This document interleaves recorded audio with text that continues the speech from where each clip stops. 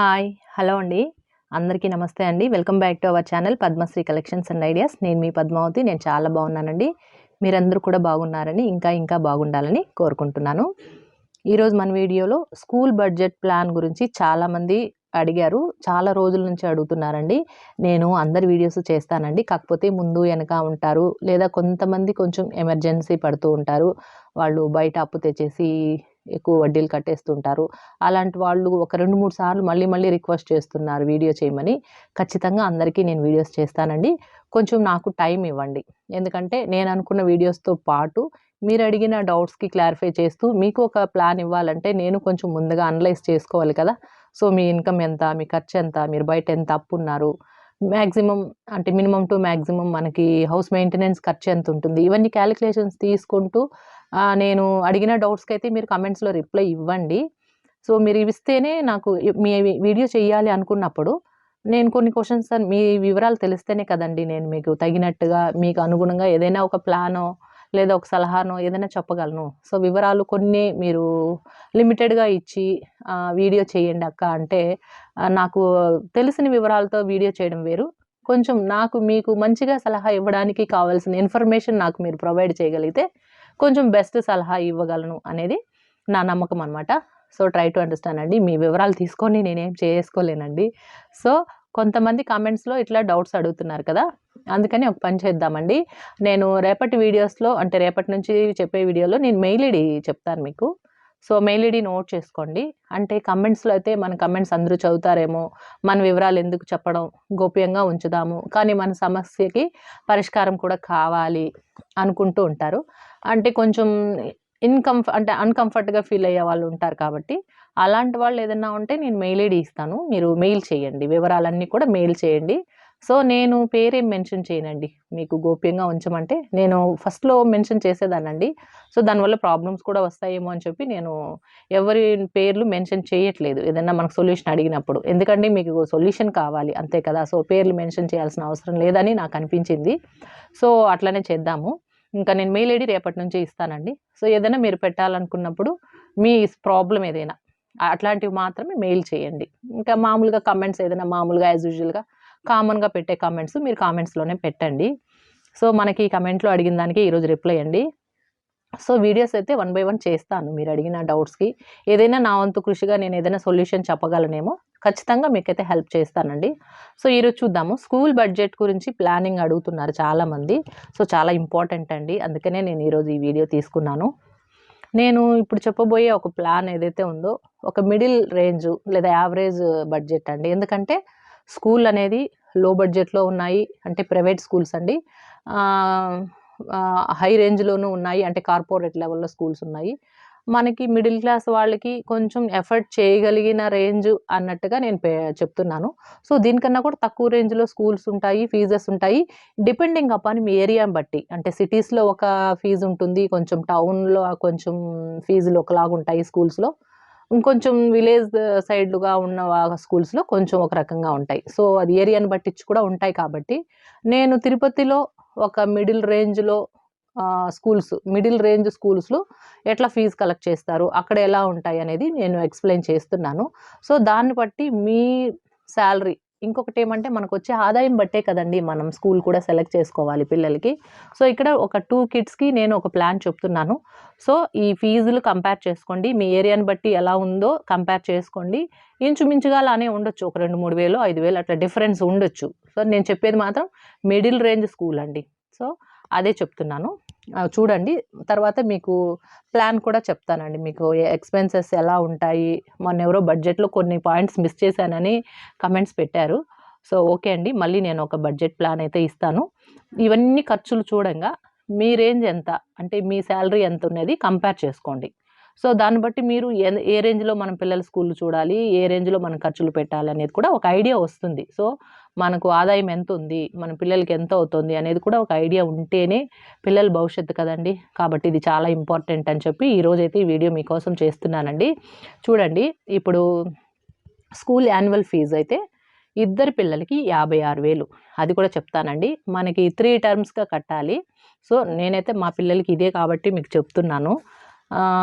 అంటే ఇది ఒక మిడిల్ రేంజ్, మరీ హై రేంజ్లో మనం పోలేమని చెప్పి అట్లా మళ్ళీ లో రేంజ్లో కాకుండా, అంటే లో రేంజ్ అంటే ఫీజు లో రేంజ్గా ఉండి స్టడీసు లో రేంజ్గా ఉండి పిల్లలు ఇబ్బంది పడతారు కదా. సో మనకున్న బడ్జెట్లో బెస్ట్ స్కూల్ ఏదనేది మేము చూస్ చేసుకొని ఇట్లా చేసామన్నమాట. సో అది కూడా మీ పేరెంట్గా, యాజ్ ఏ పేరెంట్గా మీ బాధ్యత అండి. మీరు ఎంక్వైరీ చేసుకోండి. ఎలాగో ఇంకా నెక్స్ట్ ఇప్పుడు హాలిడేస్ స్టార్ట్ అవుతున్నాయి, అడ్మిషన్స్ కూడా కొన్ని స్కూల్స్లో స్టార్ట్ చేసేసారు. కాబట్టి ఈ 1 or 2 మంత్స్ మీరు ఏం చేయాలంటే, ఈ 1 మంత్ 2 మంత్స్ కూడా లేదు, ఇది ఏప్రిల్ కదా, మే లోపల మీరు ఒక మంచి స్కూలు, అంటే ఇప్పుడున్న స్కూల్ బాగాలేదు మంచిగా వేయాలి అనుకున్నప్పుడు కొంచెం ఎంక్వైరీ చేసుకోండి. మీ బడ్జెట్ రేంజ్ చూసుకోండి. నేను ఇచ్చే సలహా అండి, మళ్ళీ బోరింగ్గా ఫీల్ అవ్వద్దు. ఎడ్యుకేషన్కి సంబంధించి కాబట్టి అందరికీ యూజ్ అవుతుంది, అందరి పిల్లలకి భవిష్యత్తుకి సంబంధించింది కాబట్టి. సో ఈ మంత్లో మీరు ఏం చేస్తారంటే, అన్నీ మీకు చుట్టుపక్కల స్కూల్స్ అన్ని ఎంక్వైరీ చేయండి. అంటే పేరెంట్స్ యొక్క టాక్ తీసుకోండి, ఎక్కడ బాగుంది స్టడీస్ అనేది, మీ పిల్లలు ఎలా చదువుతారనేది కూడా దృష్టిలో పెట్టుకోండి. మీ బడ్జెట్ కూడా చూసుకోండి. సో మీకు బడ్జెట్కి ఆ స్కూల్ విధానం, అంటే చెప్పే విధానము, ఆ స్కూల్కి ఉన్న రేట్స్ ఎలా ఉన్నాయి అని చెప్పి మీరు, రేట్స్ అంటే వాళ్ళు చెప్పే ఎడ్యుకేషన్ లెవెల్స్ ఎలా ఉన్నాయనేది పేరెంట్స్తో కనుక్కోండి. అట్లా చుట్టుపక్కల ఎంక్వైరీ చేసుకొని మీకు తగిన రీతిలో ఏ స్కూల్ బెస్ట్ అనేది, అంటే బడ్జెట్ చూసుకోవాలి కదండి. కాబట్టి అన్నిటికీ మనకి ఈక్వల్గా ఉంది అనుకున్నప్పుడు అలాంటి స్కూల్లో పిల్లల్ని చేర్పించండి. ఓకేనా. ఇకపోతే వీడియోలోకి వెళ్ళిపోదామండి లేట్ చేయకుండా. స్కూల్ యాన్యువల్ ఫీజు అయితే 56,000. ఇక్కడ ఎట్లా అంటే మనకి 3 టర్మ్స్ కట్టాలి. ఒక బాబుకి 8,500 అండి టర్ము. అంటే మా పిల్లలు ఇప్పుడు 3rd క్లాస్, 1st క్లాస్ అట్లా చదువుతున్నారు కదా.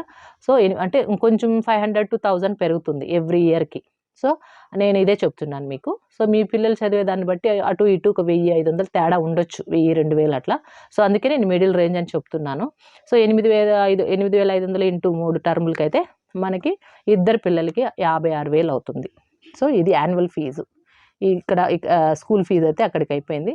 బుక్స్ అండి, బుక్స్ అయితే 5,000 అండి. టెక్స్ట్ బుక్స్, వాటితో పాటు ఏవో కొన్ని నోట్ బుక్స్ ఇస్తారు. అవి మనకి ఏడాది మొత్తం సరిపోదు పిల్లలకి. సో కొన్ని దగ్గర కొన్ని స్కూల్లో వచ్చేసి ఓన్లీ టెక్స్ట్ బుక్స్కి 5,000, అంటే ఒక బాబుకి. సో ఇద్దరు పిల్లలకి 10,000. తర్వాత యూనిఫామ్ 2 pairs, అంటే ఇద్దరికి కలిపి ఇక్కడ ఇస్తున్నానండి బడ్జెట్. అది మీరు డివైడ్ చేసుకోండి, ఒక బాబు ఉన్నవాళ్ళు ఒక పాప ఉన్నవాళ్ళు, మీకు ఇద్దరికైతే ఇస్తున్నాను. సో ఇది ఇద్దరికి 2 pairs అనుకున్నా కూడా 2,000. ఐడి కార్డు, బెల్టు స్కూల్లోనే ఇష్యూ చేస్తారు కాబట్టి వాటికి 500 ఇద్దరికి. Shoes 1,000 rupees. నోట్బుక్స్ ఇంకా మనం బయట కొనాల్సి ఉంటుంది, ఎందుకంటే హోంవర్క్ బుక్స్ అయిపోతూ ఉంటాయి, కొన్నిసార్లు క్లాస్ వర్క్ బుక్ అయిపోతూ ఉంటాయి. సో అట్లంతా మనం ఇయర్లీ లెక్కేసుకున్న ఇద్దరు పిల్లలకి 1,000 రూపీస్ వరకు అవుతుంది.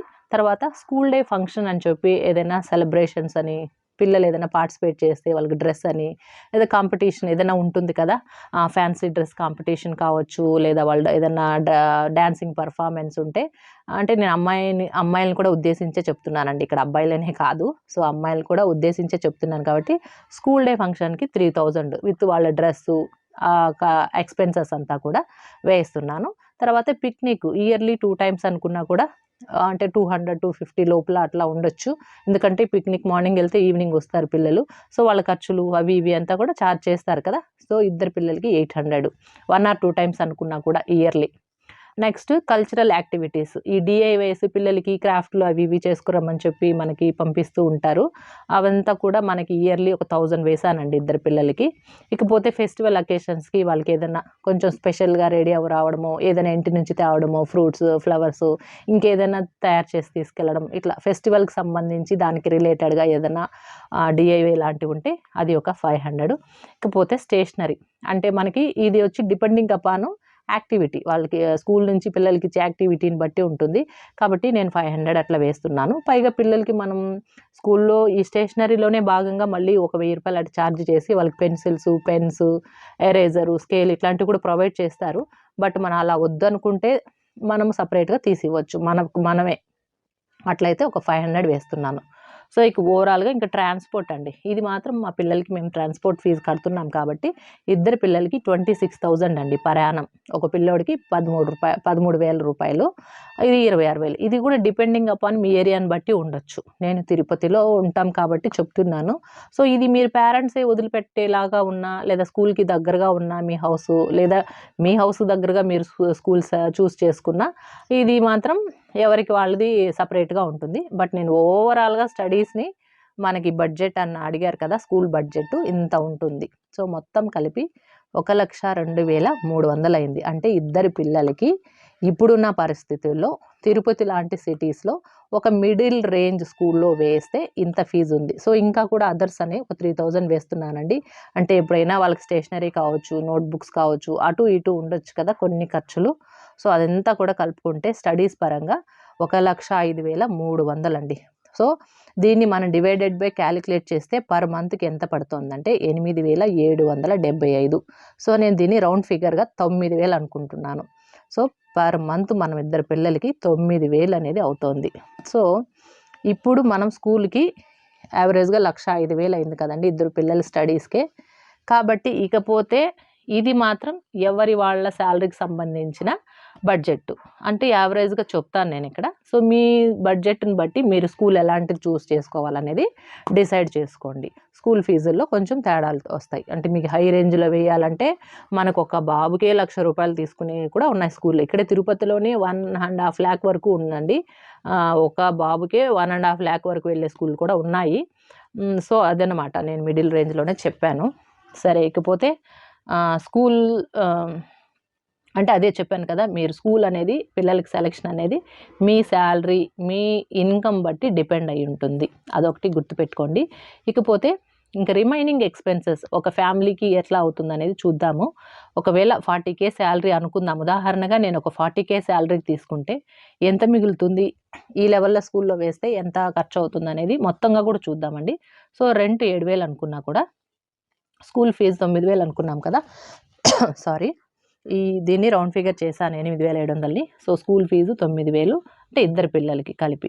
హౌస్కి మెయింటెనెన్స్కి అండి 10,000, అంటే ప్రొవిజన్స్, వెజిటబుల్స్ ఇవన్నీ కలిపి 10,000 వేశాను. ఇకపోతే phone bill, TV recharge bill, current ఇవంతా కూడా 5,000 వేస్తున్నాను పర్ మంత్. అంటే పెట్రోల్ ఇంక్లూడింగ్ పెట్రోల్, ఒకవేళ మీరు అదే జాబ్కి వెళ్తారు కదా, పెట్రోల్ అలాంటివి 5,000 వేశాను.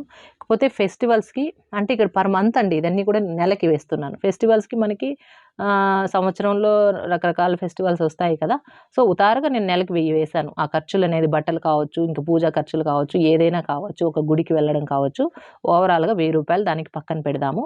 సో ట్రావెల్ ఎక్స్పెన్సెస్, మనం ఏదైనా ఒక ఊర్లోకి వెళ్తాము, ఒక ఫంక్షన్కి అటెండ్ చేస్తాము, సో వెళ్ళడం రావడం, లోకల్గా ఉండొచ్చు, నాన్ లోకల్కి వెళ్ళాల్సి వస్తుంది. అలాంటప్పుడు నెలకి 2,000 వేస్తున్నానండి. ఇక హాస్పిటల్ ఖర్చులు 3,000 వేస్తున్నాను. ఎందుకంటే హాస్పిటల్ అనేది గబుక్కుని మనకు ఎంత ఎమర్జెన్సీ వస్తుందో తెలియదు. సో దానికోసమని 3,000 ఇట్లా వేసానమాట. ఇది పర్ మంత్.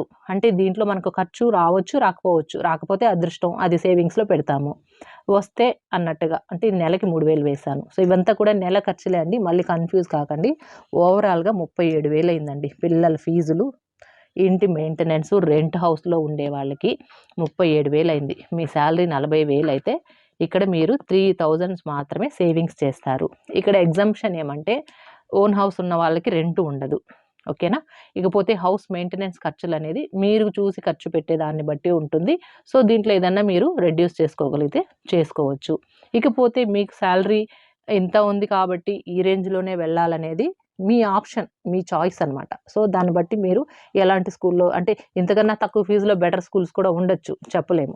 సో దాన్ని బట్టి మీరు డిసైడ్ చేసుకోండి. మీరు ఎంక్వైరీ అయితే చేసుకోండి, కొంచెం రీసెర్చ్ వర్క్ చేయండి స్కూల్స్ గురించి మాత్రం. యాజ్ ఏ పేరెంట్గా మీ డ్యూటీ అది.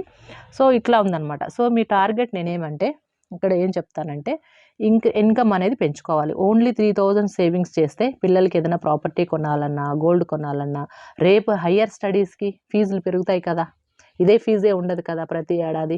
కాబట్టి 40,000 శాలరీ ఉన్న వాళ్ళకి కూడా 3,000 మిగిలింది. సో ఇక్కడ మహా అంటే ఏదైనా మీరు సేవింగ్స్ చేసుకోగలిగితే ఎంతో కొంత ఒక 2-3,000 సేవింగ్స్ చేస్తాము అనే కాన్ఫిడెన్స్ ఉంటే ఒక 6,000 అవుతుంది. లేదు అంటే ఈ హాస్పిటల్ లాంటివి ఫ్రీక్వెంట్గా లేదు, మనకి ఇబ్బంది ఏం లేదనుకుంటే ఇది సేవింగ్సే అవుతుంది. సో దీన్ని బట్టి అండి ఒక మహా అంటే 5,000 సేవింగ్స్ అవుతుంది అనుకుందాం. అయినా కూడా మనం ఇన్కమ్ పెంచుకోవాలి. అంటే పిల్లలకి బెటర్ లైఫ్ ఇవ్వాలి కాబట్టి ఇన్కమ్ అనేది పెంచుకోవాలి. తర్వాత స్కూల్ రేంజ్ అట్లీస్ట్ మీరు రెడ్యూస్ చేసుకోగలిగితే, ఒకవేళ మీ ఏరియాలో ఇది ఎక్కువ అయ్యి ఉండొచ్చు, సో తక్కువలో ఇంకా మంచి స్కూల్స్ ఉన్నాయంటే అప్పుడు మీరు ఏం చేస్తారు, 10,000 to 20,000 వరకు, అంటే ఇక్కడ 56,000 అయింది కదా, అట్లీస్ట్ ఒక 10 నుంచి 20,000 లోపల మీకు రెడ్యూస్ చేసుకోగలిగితే అది కూడా మీరు సేవింగ్స్లోనే పెట్టండి. ఇంకా సేవింగ్స్ ఎలా పెట్టాలనేది మళ్ళీ నేను సపరేట్గా చెప్పాల్సిన అవసరం లేదు. ఇది ఓన్లీ స్కూల్ బడ్జెట్ ప్లానింగ్ కాబట్టి నేను ఆ విషయం మెన్షన్ చేయట్లేదు, అన్ని వీడియోస్లో అదే చెప్పుకుంటాం కాబట్టి. ఇకపోతే ఇది ఒకరి సంపాదనే, హస్బెండ్ అనేవాళ్ళు ఈ శాలరీ తీస్తున్నారు అనుకుంటే యాజ్ ఎ వైఫ్గా మీరు ఏదైనా జాబ్ చేయండి, ఏదైనా పార్ట్ టైం బిజినెస్ చేయండి, ఏదైనా ప్యాసివ్ ఇన్కమ్ని క్రియేట్ చేసుకోండి. ఖచ్చితంగా చేయాలి. ఇప్పుడున్న పరిస్థితుల్లో పిల్లలకి మంచిగా భవిష్యత్తు ఇవ్వాలి, వాళ్ళకి మంచి చదువు ఇవ్వాలి, వాళ్ళకి మంచిగా మోరల్ వాల్యూస్ ఇవ్వాలి, ఒక గుడ్ సిటిజన్ లాగా వాళ్ళని తయారు చేయాలి అంటే పూర్తిగా మనదే, పేరెంట్స్దే రెస్పాన్సిబిలిటీ. కాబట్టి మీరు ఒక ప్యాసివ్ ఇన్కమ్ లాంటిది జనరేట్ చేసుకోవడము, ఇంకొంచెం ఇన్కమ్ పెంచుకొని బిడ్డలకి మనం ఇవ్వగలిగేది ఫస్ట్ స్టడీస్ అండి, తర్వాత డిసిప్లైన్, ఆ తర్వాత ప్రాపర్టీస్. సో ఇవి ఇంపార్టెంట్ మనం ఇవ్వాల్సింది పిల్లలకి. కాబట్టి మీరు హౌస్ వైఫ్గా ఉండకుండా, ఖాళీగా లేకుండా ఏదో ఒకటి చేయడానికి ట్రై చేయండి. సో నేను బిజినెస్ ఐడియాస్ కూడా పాత వీడియోస్ చూడండి ఉన్నాయి, మన బడ్జెట్ పద్మ టాక్స్లో కూడా చూడండి. రీసెంట్గా నేను ఒక బిజినెస్ ఐడియా ఇచ్చున్నాను. సో రేపు ఎల్లుండో కూడా నేను ఇంకొక వీడియో చేస్తానండి. సో బడ్జెట్ పద్మ టాక్స్ కూడా అప్పుడప్పుడు టచ్ చేస్తూ ఉండండి. కొత్త వాళ్ళు ఎవరైనా ఉంటే ఈ ఛానల్ సబ్స్క్రైబ్ చేసుకున్న వాళ్ళు ఆ ఛానల్ కూడా సబ్స్క్రైబ్ చేసుకొని ప్లీజ్ సపోర్ట్ చేయండి. సో ఇదండి, స్కూల్ బడ్జెట్ గురించి అడుగుతూనే ఉన్నారు, అందుకే ఇది ఇంపార్టెంట్. కాబట్టి ఇంకా అప్కమింగ్ మనకి అకాడమిక్ ఇయర్ మళ్ళీ జూన్ నుంచి స్టార్ట్ అవుతుంది కాబట్టి ఇప్పుడు ఇచ్చేసాను. ఎందుకంటే ఎవరైనా స్కూల్ చేంజ్ అయ్యేవాళ్ళు, బడ్జెట్ రేంజ్ చూసుకునేవాళ్ళు, కొంచెం స్కూల్ మీద రీసెర్చ్ చేసుకునే వాళ్ళకి టైం ఉంటుంది, ఇప్పుడైతే మనం చెప్పగలిగితే అని చెప్పి నేను ఈ వీడియో చేశాను. సో నేను అప్కమింగ్ వీడియోస్ మీరు అడిగిన డౌట్స్ అన్నీ చెప్తానండి, 1 by 1 మీ అందరి వీడియోస్ కూడా చేస్తాను. నాకు ఎంత మ్యాక్సిమం మీకు మంచి సలహా ఇవ్వగలను నేను క్యాలిక్యులేషన్స్ అన్నీ కూడా చేసి మీకు ఐడియాస్ అయితే చెప్తాను. సో ఇబ్బందిగా ఫీల్ అయ్యే వాళ్ళు నేను మెయిల్ ఐడి రేపు ఇస్తాను, ఆ మెయిల్కి మీరు ఇన్ఫర్మేషన్ అంతా పెట్టండి. దాన్ని బట్టి మీ ఇన్ఫర్మేషన్ అంతా నాకు తెలిసింది అంటే దాన్ని బట్టి నేను మీకు ఐడియా ఇవ్వగలను. ఓకేనా? సరే, మళ్ళీ ఒక మంచి వీడియోతో మళ్ళీ కలుసుకుంటానండి. సో ఈ రోజుకైతే స్కూల్ బడ్జెట్ వీడియో, ఈ వీడియో మీకు నచ్చిందని అనుకుంటున్నానండి. ఫైనల్గా ఒకటి చెప్పాలనుకుంటున్నానండి, ఇది వచ్చి ఈ రేంజ్ కదా, సో మీరు తగ్గించుకోగలిగితే ఎక్స్పెన్స్ తగ్గించుకోండి.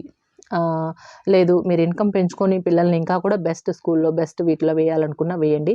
బట్ నేను చెప్పేది ఏమంటే బడ్జెట్ గురించి కాకుండా బెస్ట్ స్కూల్ ఏదైతే ఉందో దాని గురించి ఆలోచన చేయండి.